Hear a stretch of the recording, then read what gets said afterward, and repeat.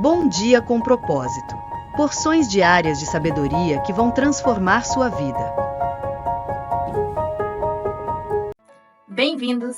Estamos começando mais um Bom Dia com Propósito e um prazer saber que você está aqui comigo, disposto a aprender, a se conectar com Deus, a receber as palavras que nós compartilhamos com você aqui diariamente, de segunda a sexta, às 6h01 da manhã. Sempre estou com você aqui.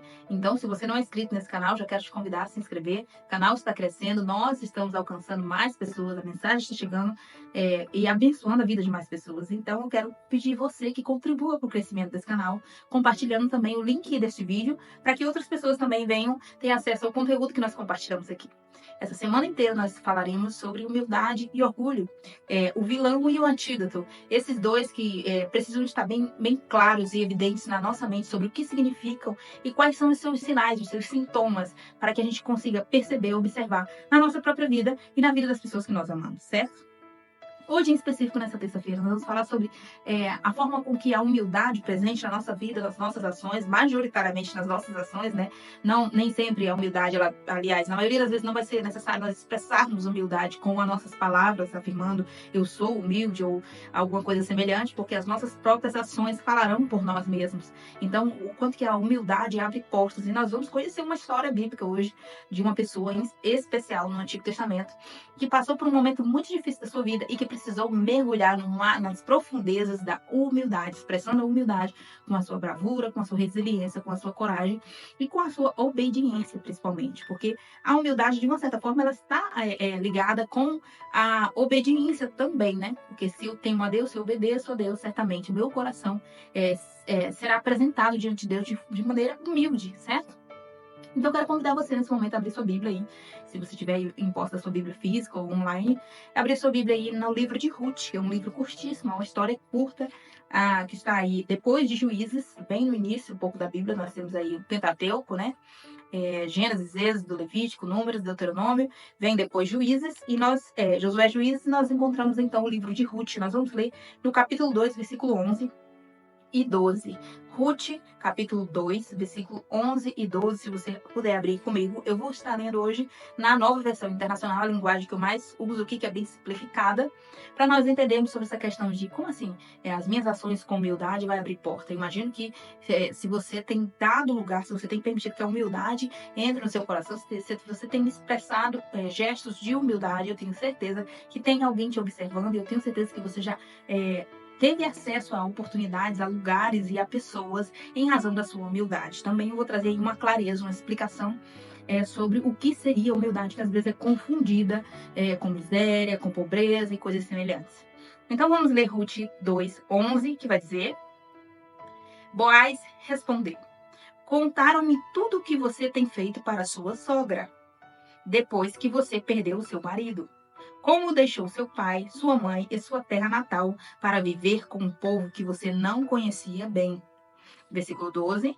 O Senhor lhe retribua o que você tem feito, que seja ricamente recompensada pelo Senhor, o Deus de Israel, sob cujas asas você veio buscar refúgio.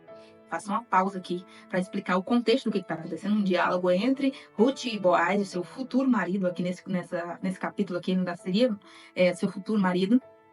O que está acontecendo aqui? Se você não sabe, Ruth não pertencia ao povo judeu, ao povo hebreu, ela pertencia ao povo moabita, né? Um povo de cultura e de religião politeísta, adoravam vários deuses, né? E quando ela foi inserida dentro da família de Noemi, sua sogra, e agora as duas estão viúvas, tanto Noemi perdeu o marido, como Ruth perdeu o marido também.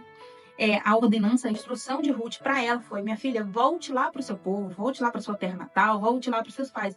A instrução foi para Ruth e para sua concunhada, a Orfa, que recebia esse nome, né? Então, quando as duas receberam as instruções, elas resistiram. Não, minha sogra, nós queremos lhe acompanhar. Aqui nós já vemos o primeiro, o belo exemplo de um bom relacionamento entre noras e sogra. E vemos também a humildade delas não querer largar a sua sogra sozinha, sabendo que agora a mulher, além de perder o marido, ter ficado viúva, perdeu também os 2 filhos em campo de batalha. E Orfa ainda resistiu um pouco, mas logo decidiu voltar para sua terra natal, para o seu povo moabita. Enquanto que Ruth disse: não, minha sogra, eu não vou te abandonar e não adianta você insistir, por favor, não me peça isso. Aonde você for, eu irei, aonde você estiver, eu estarei, o seu povo será o meu povo e o seu Deus será o meu Deus. Fica aqui a minha recomendação, que o livro de Ruth é um livro curtíssimo, de apenas 4 capítulos. Vale a pena depois você fazer a leitura minuciosa, versículo por versículo, para você entender os detalhes dessa história. Uma história lindíssima. Inclusive, nós já, em outras lives, comentamos ela aqui. E o que está acontecendo aqui dentro desse contexto? Quando Ruth decidiu acompanhar Noemi, o que aconteceu? Ruth, então, foi juntamente com Noemi para participar da sua terra natal, porque as duas estavam fora do seu povo, da sua terra natal. E Noemi conduziu então Ruth para voltar para os territórios onde não havia fome, onde não estava tendo um período de dificuldade econômica, né? Então ela voltou para os seus antepassados, ali onde viviam os seus ascendentes. Então, quando a Ruth volta com a Noemi, elas duas foram se abrigar nas terras de um conhecido, né, um parente distante do marido de Noemi, que era o Boaz. E o que acontece aqui nesse contexto? Quando elas chegam lá, né, como a gente costuma dizer aquela expressão, com a mão na frente ou atrás, completamente perdidas, para recomeçar a vida sem marido, sem bens econômicos, sem riquezas, elas passam então a mendigar, vamos dizer assim. Ruth, imediatamente, que era mais jovem, mais saudável, né, fala para Noemi: olha, minha sogra, eu vou ali e vou começar a colher as espigas que caírem dos feixes daqueles agricultores ali. O que acontece? O povo, os agricultores, né, os trabalhadores de Boaz, né, os subjugados de Boaz, estavam colhendo os cereais, a cevada, o milho. Então, nessa colheita deles, que era feita totalmente manual, não tinha máquinas ali, sempre caía, respingava e ficava pelo caminho, pelo chão, alguns restos e alguns feixes jogados ali. E desses restos que ficavam, era que Ruth se aproveitava para ir lá coletar, colher, para que ela pudesse vender e ter o que comer com a sua sogra. Ou seja, ela se importou com a dor da sua sogra, também se colocando na condição de humildade de serva. Tipo assim, não me importa se eu vou ter que catar latinhas, seria o que nós... seria uma versão atualizada do que o trabalho de Ruth ali, seria catar verduras caídas na feira, por exemplo, legumes que ficou ali quando a feira passou, né, teve o dia da feira, e os legumes que ficaram ali, alguns estragados, outros não, e ela fazia esse trabalho de coleta. Seria também o final de festa, catar latinhas. Ou seja, a que ponto estava a humildade de Ruth para se dispor aí, que a gente fala, dar sua cara a tapa, a se dispor aí, trazer mantimento para se manter, ela e a sua sogra. Ou seja, um nível de humildade aqui que nos dá uma grande lição. Inclusive, quando nós paramos para refletir sobre todos os personagens bíblicos que nos deixaram grandes lições sobre humildade, o primeiro deles é óbvio que é Jesus Cristo, que nos deu o maior exemplo de humildade, se despindo de sua glória, abrindo mão de todo o seu poderio que lhe foi dado pelo Pai, para vir nos servir, para servir aqueles que caminharam com ele e para entregar sua vida por nós. Esse é o maior gesto de humildade. Quando eu venho falar aqui de humildade, quero trazer agora a explicação para você que a humildade nada mais é do que a simplicidade das nossas ações. Nós vamos meditar ainda essa semana num texto em que Jesus vem fazer uma comparação ali com as crianças, fazendo uma referência, aliás, nos dando o seguinte despertamento: se vocês não se tornarem como as crianças, vocês não poderão herdar o reino de Deus. O que Jesus basicamente está dizendo ali não é para nós sermos abobalhados, não é para nós agirmos com infantilidade, mas para nós termos a simplicidade das crianças. Perceba, quando nós repreendemos, quando nós corrigimos as crianças, quando nós as castigamos de uma certa forma, as crianças facilmente nos perdoam, facilmente elas esquecem e facilmente voltam para nossos braços, facilmente nos abraçam novamente. Elas não guardam mágoa, elas não guardam ressentimento. As crianças têm essa facilidade, essa simplicidade de oferecer sua presença, seu afeto, seu carinho sem qualquer máscara, sem ser forçada, né? Sem qualquer tipo de falsidade. As crianças são transparentes ao seu máximo. Então, todas essas palavras que eu acabei de falar estão aí interligadas diretamente com a humildade. Nós veremos também ao decorrer da semana que a humildade está diretamente ligada com o arrependimento também. Veremos alguns textos em que faz-se essa referência sobre essa questão da humildade. E a humildade que abre portas, né? A humildade bíblica, vamos dizer assim, a humildade como mandamento de Jesus, como mandamento de Deus, como instrução para a nossa vida, agirmos com humildade, ser compassivos uns com os outros, ter misericórdia uns dos outros. Inclusive nas bem-aventuranças de Mateus, capítulo 5, está escrito que bem-aventurados os humildes de coração, porque eles herdarão a terra. Então, quando você para e reflete sobre essa instrução, esse mandamento acerca de humildade, nós entendemos que isso não é pré-requisito apenas para nós alcançarmos a salvação, apenas para irmos encontrar com Jesus na eternidade. Não que isso não seja relevante, que é o principal, é o mais relevante. Mas isso também nos traz isso também nos traz benefícios de curto prazo, não só no longo prazo, nos traz benefícios aqui, agora, para com as nossas relações como um todo, para com o nosso convívio com o nosso cônjuge, para o nosso convívio com os nossos filhos, para com o convívio em todas as nossas relações sociais com os nossos pais, com a nossa parentela de um modo geral. Ter um coração humilde, não guardar ressentimento, se arrepender com facilidade, né? Não querer barganhar nas costas do outro, querer subjugar aquele que estão abaixo de nós, querer se sentir superior, querer dar glória para nós mesmos, pelos nossos feitos, ou pelo nosso conhecimento, ou pela nossa inteligência, ou por qualquer outra habilidade que possamos ter, achar que aquilo é mérito nosso e que nós precisamos ser aplaudidos, ser elogiados com frequência, não que não possamos ser, não que em algum momento essa honra que nos é devida, seja por algum feito importante, nós não possamos recebê-la. Pelo contrário, nós precisamos aprender. Inclusive, tem pessoas que têm essa dificuldade de receber um elogio, por exemplo, de receber um presente, de receber uma homenagem que seja. O problema é quando nós tornamos isso uma prática habitual e uma necessidade da nossa alma. E aí nós estamos falando de um determinado transtorno, por exemplo. Algumas pessoas sofrem desse tipo de transtorno, que é o narcisismo, que é a pessoa que ela tem a necessidade de ser venerada, de ser aplaudida, de ser elogiada com muita frequência por todos à sua volta, e ela raramente ou nunca, melhor dizendo, ela nunca assume que está errada, ela nunca é levada a um nível de arrependimento, reconhecendo, não, eu não sou isso tudo que vocês estão pensando, não, eu também falho, eu também erro, eu também falo alguma coisa que não devia. Ou seja, reconhecendo as suas mazelas, a sua miséria, a sua dificuldade, as suas limitações. E nós veremos ao longo aí das semanas mais a fundo sobre essa questão de como eu me vejo. Se eu me vejo um ser que precisa estar constantemente sendo aplaudido, sendo elogiado, sendo reconhecido, né? E nós precisamos ir aí administrando isso, porque se nós agimos com soberba, com prepotência, com altivez de espírito, a Bíblia também vem usar essa nomenclatura, nós estamos fechando portas aqui no curto prazo, estamos fechando a porta da eternidade no longo prazo para as nossas vidas. Por quê?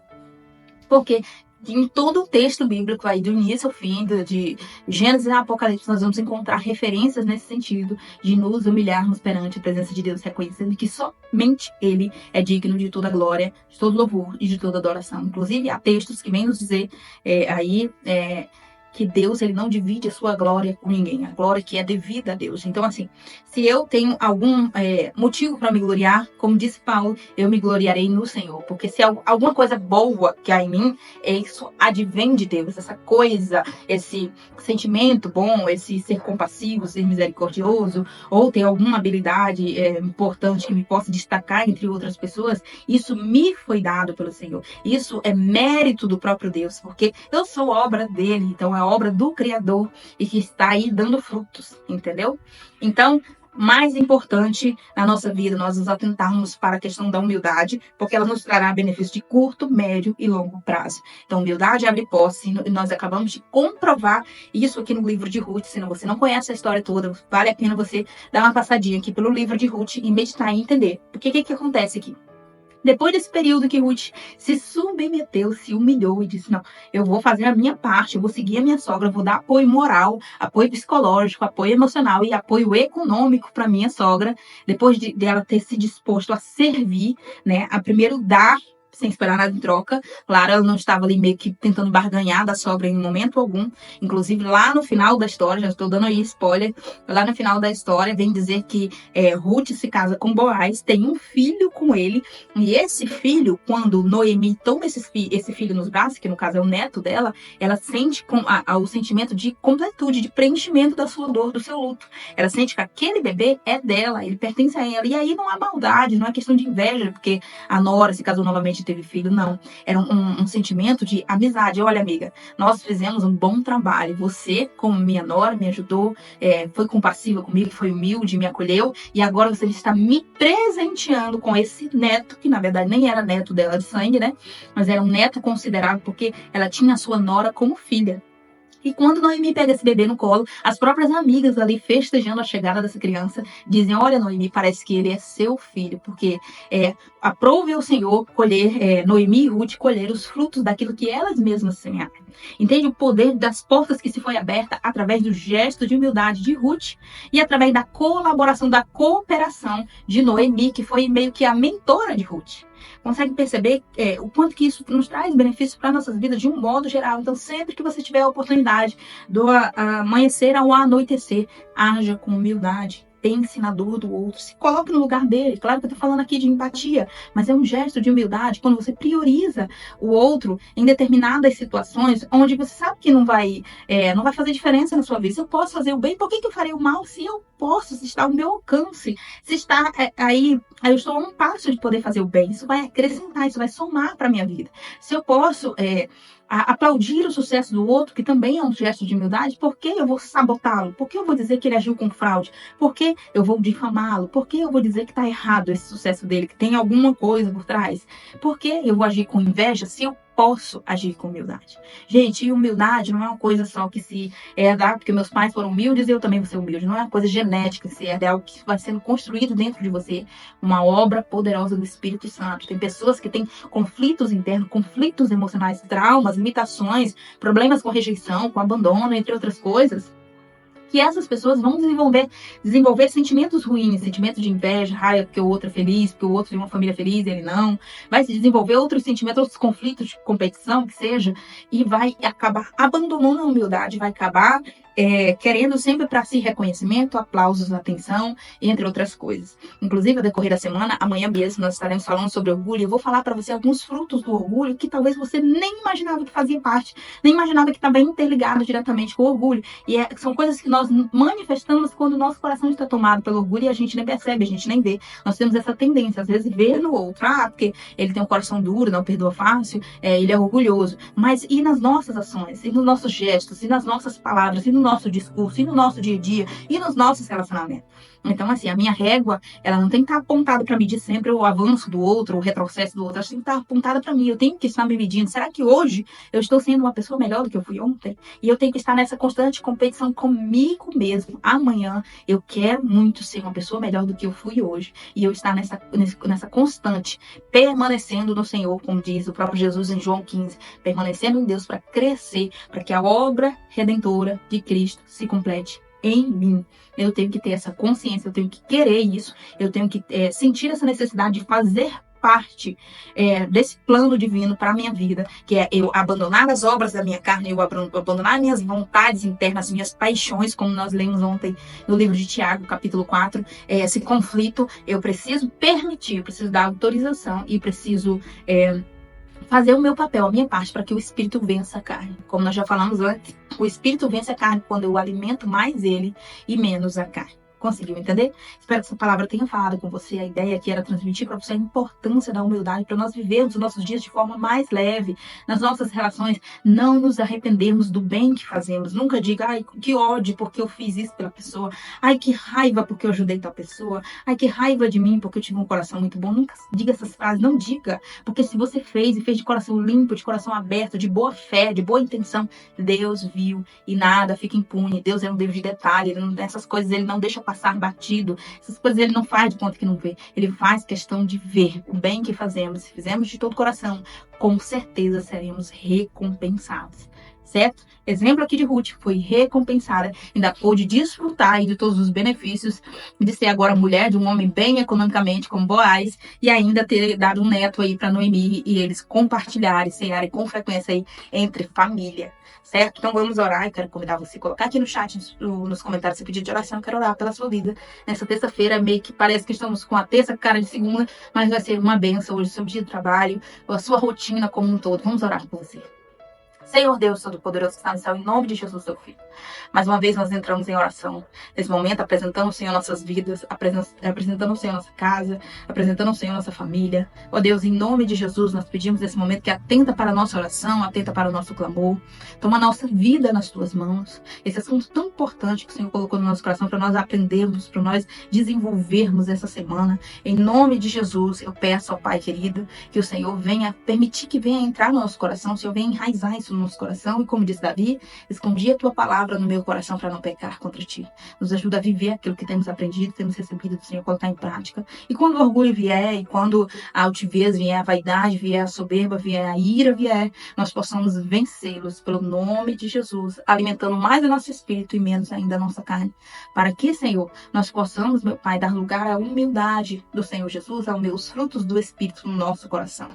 Atenta para cada pedido de oração individual, cada pedido particular, cada necessidade que o Senhor sabe de todos quantos me assistem. Essa pessoa que precisa, Senhor, ouvir mais a Tua palavra, estar mais conectado com Deus, orar mais, até jejuar e não ter tido força. Pedimos ao Senhor nessa manhã força, que o Senhor direcione os nossos dias, guia os nossos passos, toma a direção da nossa semana e guarda a nossa vida debaixo da Tua mão poderosa, em nome de Jesus. Amém.